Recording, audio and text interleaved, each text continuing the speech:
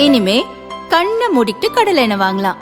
ஏன்னா மந்த்ரா கடலை எண்ணெய் இதயத்தின் தயாரிப்பு. வறுக்க பொரிக்க ஏன் எல்லா சமையலுக்கும் மந்த்ரா தான். மந்த்ரா கடலை எண்ணெய், அபார ருசி, ஆரோக்கியமான உடல் நலம்.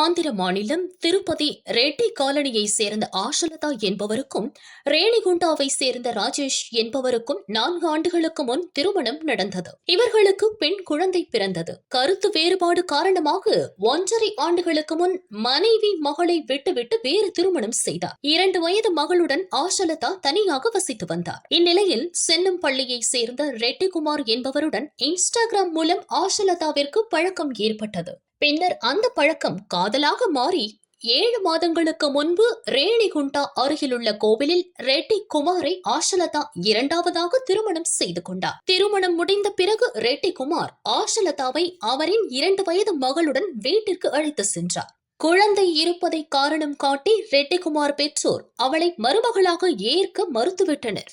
வீட்டை விட்டு வெளியேறிய அவர்கள் திருப்பதி தெலுங்கு நகர் அருகே வாடகைக்கு வீடு எடுத்து குடும்பம் நடத்தினர்.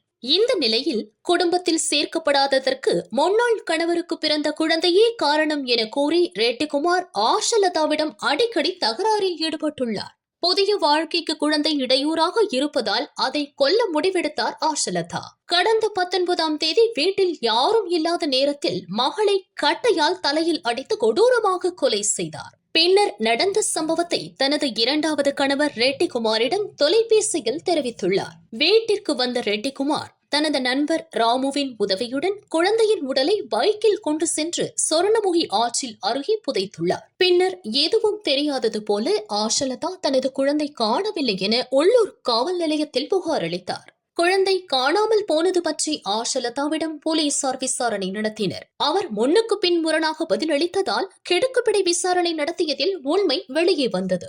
இதையடுத்து ஆஷலதா மற்றும் அவரது 2வது கணவர் ரெட்டிகுமாரை போலீசார் கைது செய்தனர். குழந்தையின் உடல் புதைக்கப்பட்ட இடத்திலிருந்து மீட்கப்பட்டு பிரேத பரிசோதனைக்காக அரசு மருத்துவமனைக்கு அனுப்பப்பட்டது.